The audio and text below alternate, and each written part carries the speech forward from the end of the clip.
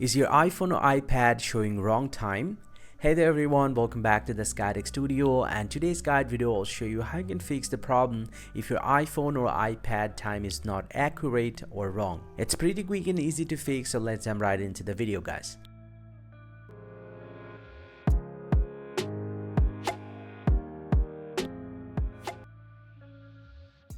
So now to fix the problem, simply go ahead and open up the settings app from your device and then scroll down, tap on general, scroll down and tap on date and time.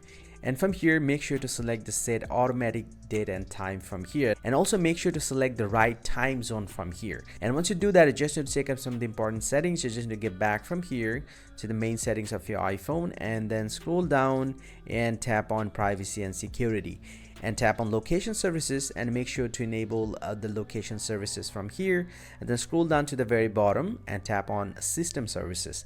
And from this page, you just need to scroll down a little bit and he'll get you to the settings time zone.